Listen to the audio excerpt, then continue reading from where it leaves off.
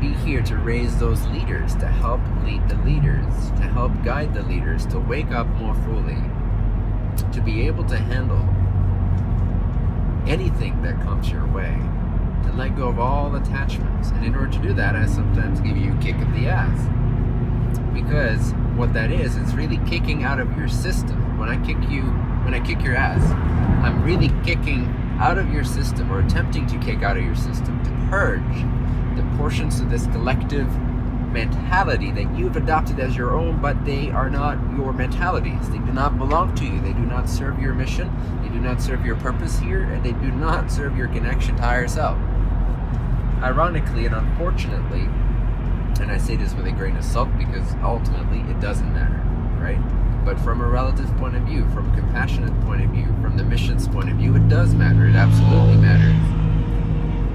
And it's a shame, it's unfortunate from that point of view that so many of you are still holding on to the bullshit as if those strategies and tactics apply to you when they do not. You're not meant to take on the strategies of this world, the hopes for this, for pleasure, for comfort, for safety, for security, for eternity in form, for accumulating things, for accumulating relationships, consuming relationships, getting validated, getting met. You, to whom I'm speaking now, those wandering souls of a high nature that come here to make a difference, you're never going to be met by the people around you, unless there are other wanderers that to an extent you may be able to be met. But you see, it's the sooner you realize that you're not going to get anything out of this world, the sooner you realize your freedom and you're empowered to give, to radiate, to give, to radiate, to relentlessly give. And there's nothing that feels more true.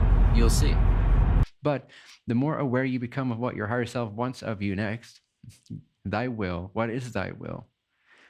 You can begin to observe the, in a sense, absurdity of whatever you desire that's not that. Right? So you have it, you have the trace amounts of suffering left. What do you suggest? I suggest you give it up.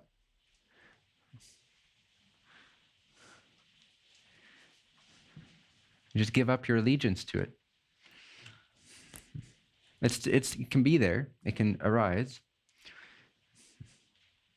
but you give up your allegiance to it. It is no longer the instructor in your life. It's no longer your swim coach.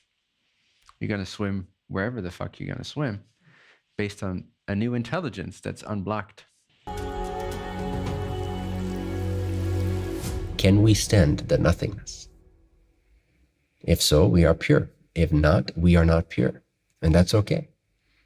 Then we know more clearly what it is we are holding on to, and the fears we have, and the distortions we have, the reasons why we're holding on to it. And they're understandable fears. There's nothing wrong with them.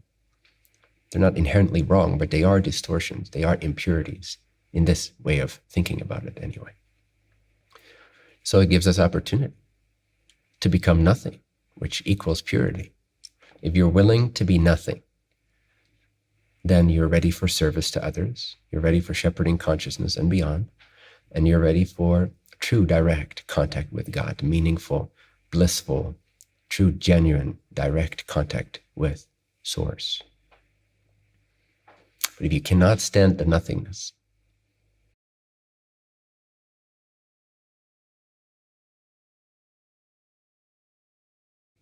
then you cannot stand God.